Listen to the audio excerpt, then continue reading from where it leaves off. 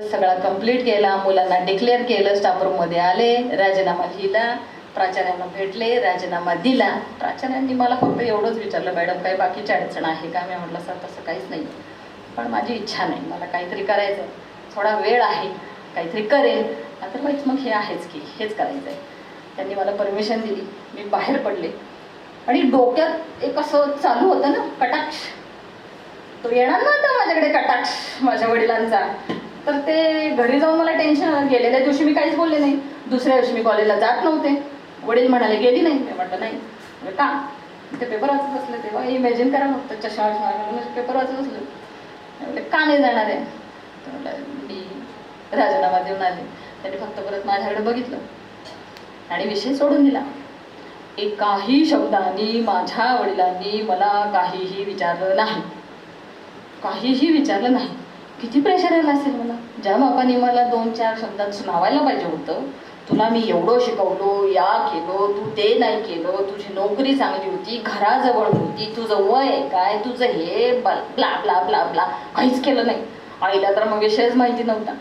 मग मात्र मला असं वाटलं की आता येणारा जो काही भविष्यातला काळ आहे तोच मला सांगणार आहे की आज रोजी घेतलेला निर्णय हा बरोबर आहे का चुकीचा आहे. पण हा काही वेळ सांगणार नव्हता की हे चुकीचं आहे का बरोबरचं आहे. तो घेतलेला निर्णय तो बरोबर आहे हे ठरवण्याची पूर्ण हिंमत ही मलाच दाखवायची होती. म्हणून मी असं ठरवलं की आता तर आपल्याला हे करणंच आहे. ह्याच्याशिवाय दुसरा कोणताही पर्याय आयुष्यात आता राहिला नाही. माझ्याच वडिलांच्या नजरेत मला जर आता पुन्हा प्रतिष्ठेनं उभं राहायचं असेल तर मला हे करावं लागणार आहे.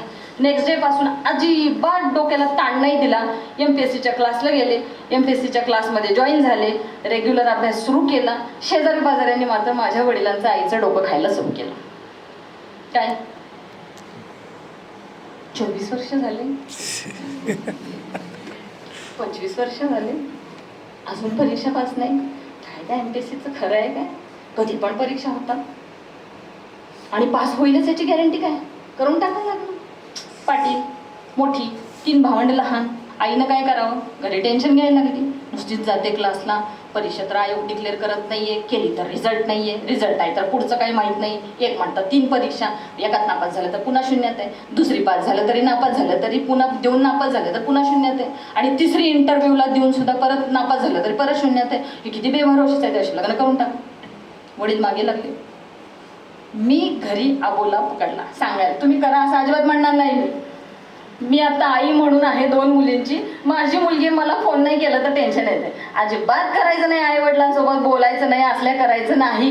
हा माझ्या आयुष्यातला तो काळ. मी जे काही आहे ते वागले. मी तुम्हाला जाहीर आज सांगते, कारण मी आज या पदावर बसले म्हणून तुम्हाला सांगते. तुम्ही असं करा म्हणून तुम्हाला सांगत नाहीये. माझ्याकडे ती हिंमत होती, माझ्याकडे ती जिद्द होती, माझ्याकडे ते सातत्य ठेवण्याचं काय म्हणतो आपण एक क्वालिटी आहे. तर मी ते करू मला वाटतच होतं की मी एनी हाऊ करणारच आहे. तर हे जे वाटणं आहे ते तुमच्यात आलं पाहिजे. ते तुम्ही कसं आणायचं आहे हे मी तुम्हाला सांगणार नाही. जर एखाद्या व्यक्तीकडं माझ्याकडे बघून आज तुम्हाला असं वाटत असेल की अरे काय बाई बोलून गेली मस्त, पण ते घरी जाईपर्यंत गेली बाई बोलून काय तुम्हाला परत उद्या आठवत पण नाही काय बोलली नाही. ती तुमच्यासारखीच प्रयत्न करून आलेली आहे. तिच्याकडे जिद्द होती, तिच्याकडे सातत्य होतं, तिच्याकडे चिकाटी होती, म्हणून ती आज इथं आहे. मी किती प्रकारच्या परीक्षा दिल्या असतील MPSCच्या काय वाटतंय? आमच्या प्रोबेशनरी तहसीलदार आहे तिथं, मला वाटतं त्यांनी एकाच सिलेबसची परीक्षा दिली. एकाच सिलेबसची का परीक्षा? सिलेबस चेंज झाले, सिलेबस थोडेसे फक्त ऑब्जेक्टिव्ह झाले. मी पेपर दिले म्हणजे सांगायला हरकत नाही. मी 2004ला म्हटलं ना मी बाहेर पडले नोकरीतनं, आणि 2004ला प्रिलियम दिली आणि मी मेन्सला क्वालिफाय झाले. त्यावेळेला एक प्रश्न 36 मार्काचा होता आणि असा 200 मार्काचा पेपर असतो. तर 36 मार्काचा तो पॅटर्न होता, तो मी दिला. प्री झाले, मेन्स झाले, बघा प्री पण झाले. तुमचे हे आहेत ना इथे कोच करतात ते तुम्हाला अजून डिटेल जे काही कोणी स्टडी करतायत त्यांना तो पॅटर्न माहिती आहे. तर प्रिलियम, मेन्स आणि इंटरव्ह्यू 3 चाळणी आहेत. प्रिलियम दिली तर मेन्स द्यायची, मेन्स पास झालो तर इंटरव्ह्यू द्यायचा, प्रिलियम नापास झालो नेक्स्ट वेळेला प्रिलियम द्यायची, प्रिलियम पास झालो मेन्स दिली, मेन्समध्ये नापास झालो प्रिलियम द्यायची. प्रिलियम पास झालो, मेन्स पास झालो, इंटरव्ह्यूला गेलो आणि इंटरव्ह्यूमध्ये नापास झालो तरी परत प्रिलियमच द्यायचे, सबसिडी आहे.